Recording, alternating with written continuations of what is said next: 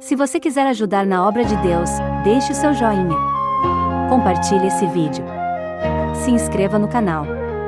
Deixe o seu comentário. Assim, mar de bênçãos serão derramadas em sua vida. Amém? Isso. Aí, queridos, estamos aqui mais uma vez para falarmos do grande amor de Deus, tá? Do grande amor de Deus. E o amor de Deus é o seguinte, está na pregação da sua santíssima palavra. Bem, como aprendemos, meus queridos, no Velho Testamento e no Novo Testamento, que a doença é resultado do pecado, né? É punição e nunca prêmio.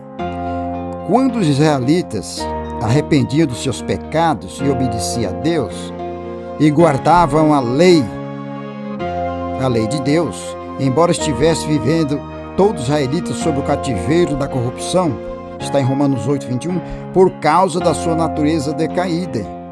Então eles recebiam a graça de Deus quando se humilhavam e Deus curava-lhe todas as enfermidades. Toda a enfermidade do povo eram curadas porque eles se arrependiam, jejuavam, choravam, lamentavam, tá?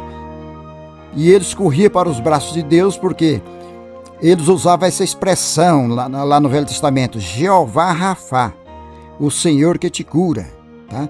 Então eles corriam para o braço de Deus e Deus curava mesmo, certo? Então, vejam bem, a verdadeira vontade de Deus para a humanidade, nós vemos agora, irmãos, não está na dor de ninguém, mas está na cura das doenças. Essa é a verdadeira vontade de Deus. Moisés retirou-se mais de 2 milhões de homens e levou-os ao deserto de Sur. Nessa época, Moisés recebeu de Deus algumas promessas, mais umas promessas lindas, viu, irmãos? Olha só, aqui está em Êxodo. Disse ele, se ouvirdes atentamente a voz do Senhor teu Deus. Preste atenção nessa palavra, se ouvirdes atentamente, tá? Com muita atenção, com muito respeito, com muita reverência, se ouvir a voz do Senhor teu Deus, a voz, né? E fizeres o que é reto diante dos seus olhos.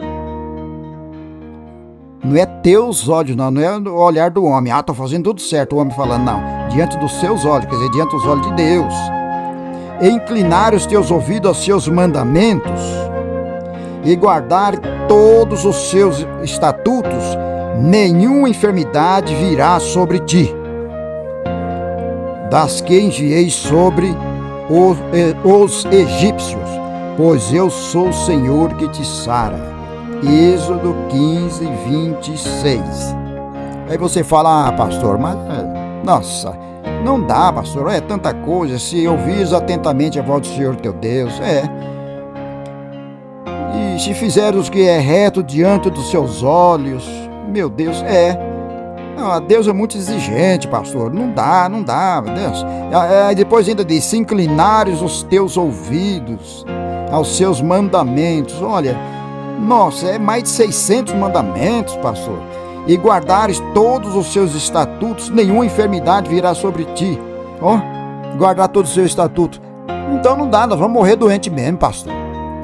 Não tem jeito. Não, irmão.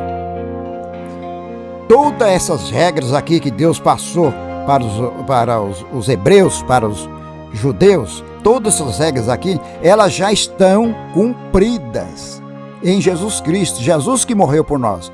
Jesus pagou a dívida. Então agora nós só temos uma função a fazer: aceitar Jesus como Salvador, crer nos ensinos da Bíblia e ter Jesus como seu guia, como seu bom pastor. Aí cumpre todas essas exigências aqui. Entenderam? Então você correr para o Velho Testamento para guardar esses textos aqui, não funciona, porque se funcionasse, Deus não teria mandado Jesus para morrer na cruz. Jesus só veio para morrer na cruz porque nós não dava conta de guardar isso aqui. 613, uma coisa assim, de mandamentos. estatutos, regras, ouvir atentamente a voz do Senhor, tudo isso se ouve agora aceitando a Jesus como Salvador. Entendeu? E aí ele diz ainda: não enviarei nenhuma das enfermidades que enviei naquela época lá no Egito. Entendeu? Porque eu sou o Senhor que te sara. Veja bem que Deus sempre está preocupado com a nossa saúde. Olha, se Deus não houvesse feito esta promessa aos israelitas, poderiam ter sido afligidos pelas várias doenças e pragas no deserto, né? Onde não havia recursos sanitários nenhum, meus irmãos.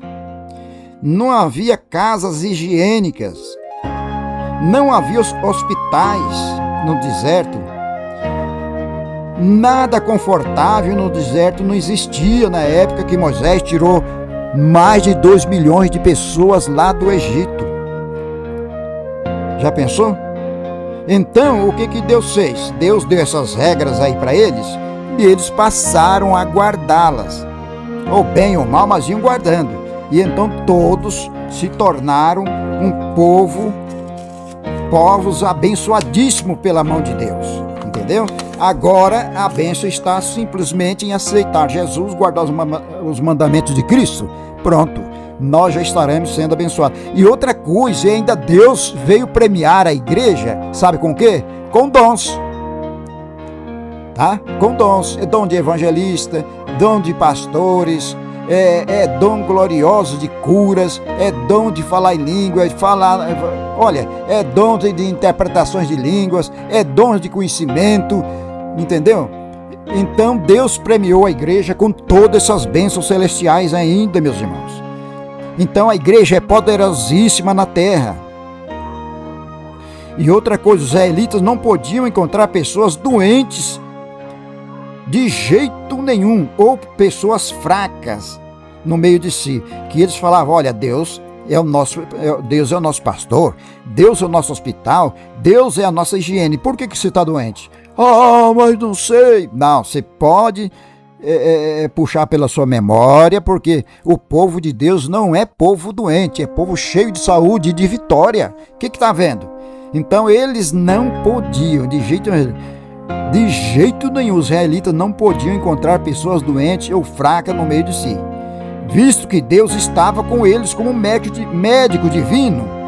O salmista louvou a Deus pela sua cura da seguinte forma, olha só, vamos ler isso aqui, esse salmo: ao seu povo fez sair com prata e ouro, e entre as suas tribos não houve um só enfermo. Salmo 105, versículo 37. Entendeu? Os israelitas, irmãos, olha, libertos dos grilhões do Egito, forma um excelente quadro dos crentes que se livram da vida do pecado daqui. Como a travessia do Mar Vermelho é um paralelismo lindo da regeneração dos pecadores. E a vida no deserto simboliza a vida dos crentes aqui na terra. A travessia do Mar Vermelho é um paralelismo lindo da regeneração dos pecadores. Por quê? Porque do lado de lá do Mar Vermelho, a pessoa estava escrava nas garras do faraó. Mas ao atravessar o Mar Vermelho, a pessoa saiu do mundo de pecado. Isso aí é o paralelismo da abertura do Mar Vermelho. Vocês estão do lado de cá, que é o mundo de pecado, atravessa para o lado de lá. Atravessaram, agora vocês estão numa terra santa, tá? Uma terra abençoada, onde mana leite e mel. Entendeu? Mas aí, mais para frente, nós vemos os israelitas andando pelo deserto, atravessando aquele deserto árido, horrível, de um sofrimento tremendo. A Bíblia relata que isso aí é um paralelismo da igreja, do povo de Deus andando aqui nessa terra, pregando o evangelho e sofrendo, né? Porque é um mundo de sofrimento, sim, mas só que Deus está com ele. Nos momentos mais dramáticos da vida, o que Deus fazia para os israelitas continuar andando? Colocavam a nuvem na frente do sol. Então, O sol era a verdadeira luz para o mundo, mas quem está no deserto morre até de insolação. Aí Deus colocava aquela nuvem na frente. Entendeu? Por isso que está lá no Salmo 91, aquele que habita no esconderijo do Altíssimo, a sombra do Onipotente descansará. A sombra do Onipotente descansará. Essa sombra do Onipotente era aquela nuvem na frente do sol, e o israelita andando, tá? Pelo deserto. Mais na frente diz: lâmpada para meus pés é a tua palavra e luz para os meus caminhos. Quando chegava a noite, em certo horário da noite, Deus falava para Moisés: Moisés, coloca o povo para andar. Mas Senhor, está tão escuro. Não, prepara tudo aí, levanta o campamento e eu vou estar com vocês. Quando eles começavam a andar, uma nuvem grande na frente deles ficava iluminada, igual a lua. Tem muita gente que tem essa colocação: é a lua cheia, é a lua da época de Moisés. Só que era mais claro ainda aquela nuvem, entendeu? Então por isso que diz: lâmpada para meus pés a tua palavra e luz para o meu caminho. Certo?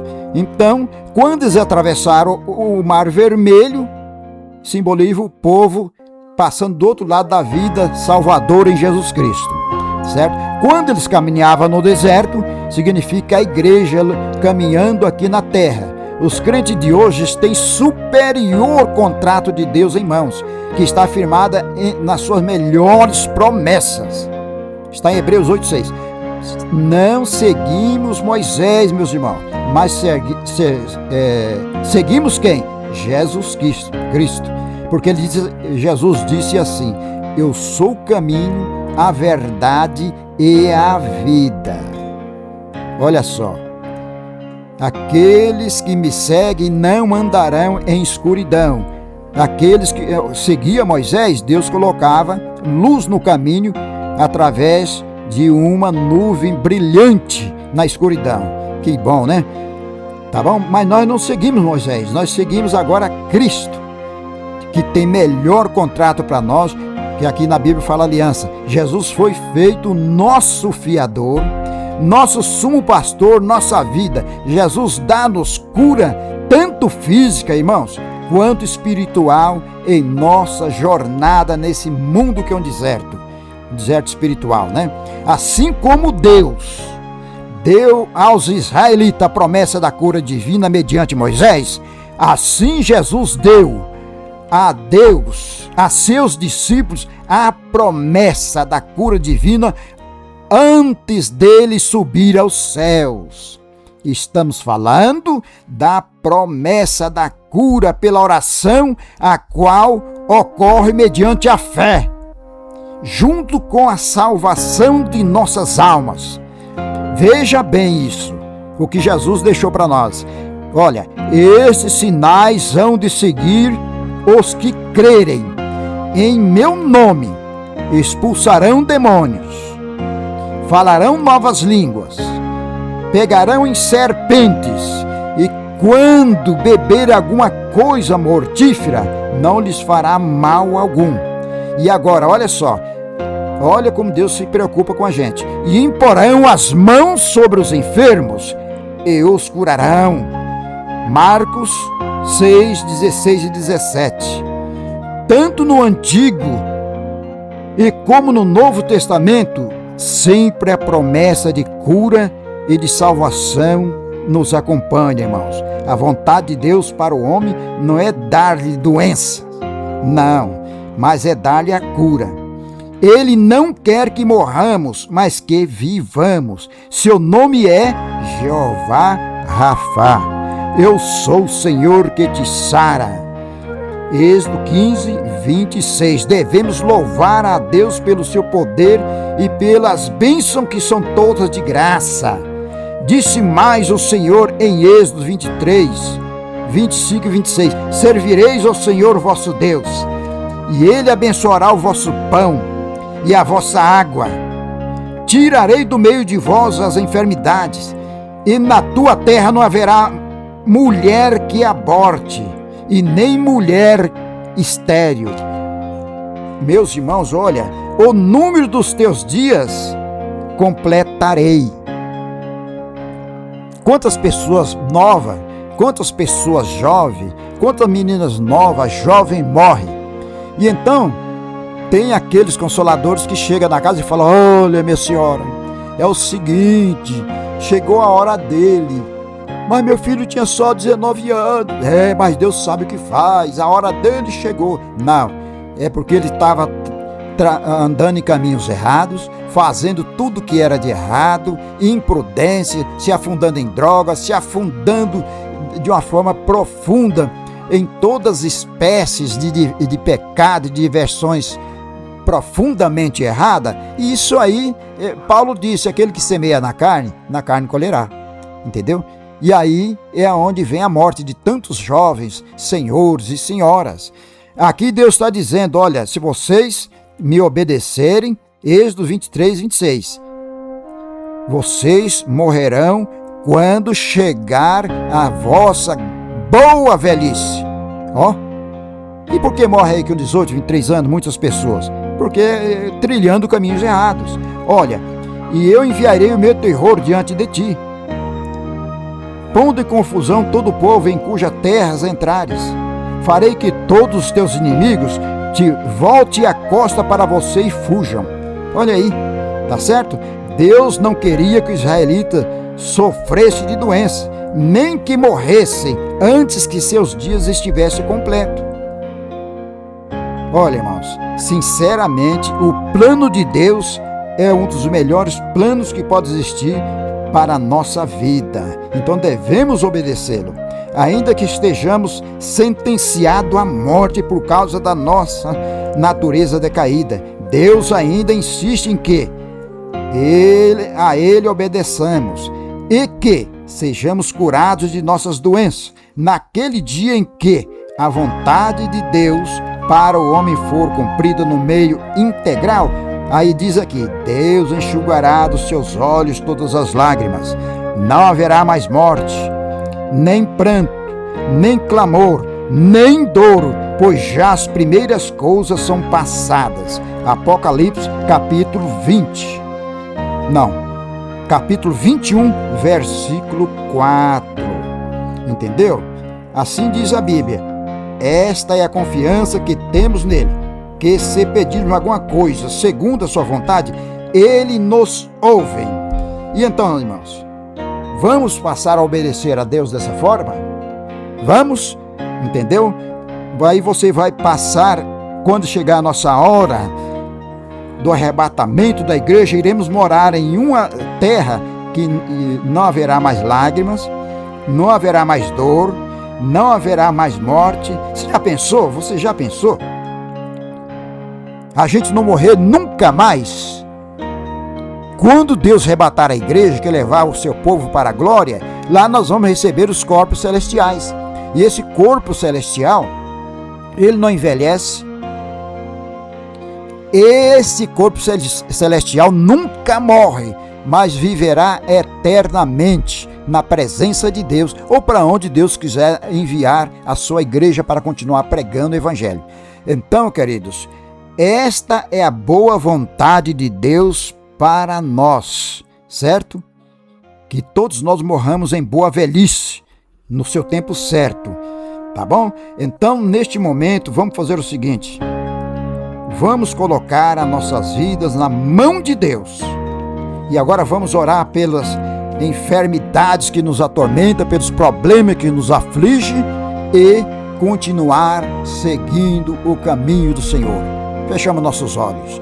Eterno e poderoso Deus, Pai de nosso Senhor e Salvador Jesus Cristo, estamos, meu Senhor, parados na Tua presença nesta hora e querendo receber do Senhor a bênção que o Senhor tem nos prometido. Então, a enfermidade que martiriza essa casa, que consome com todo o sistema financeiro desta família, a enfermidade que tem prazer em roubar a nossa alegria, em matar a nossa esperança, a Tua palavra está dizendo, Senhor, que neste momento Basta nós colocarmos a nossa fé na palma das tuas mãos e as enfermidades desse mal desapareçam. Então estamos repreendendo essas forças infernais que saiam deste lar agora, obra do diabo.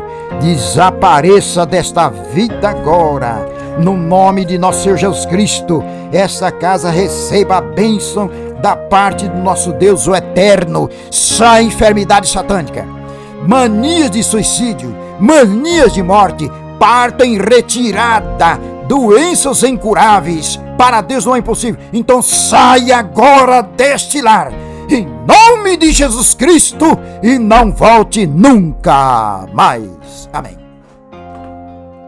Se você quiser ajudar na obra de Deus, deixe o seu joinha. Compartilhe esse vídeo. Se inscreva no canal. Deixe o seu comentário. Assim, mar de bênçãos serão derramadas em sua vida. Amém?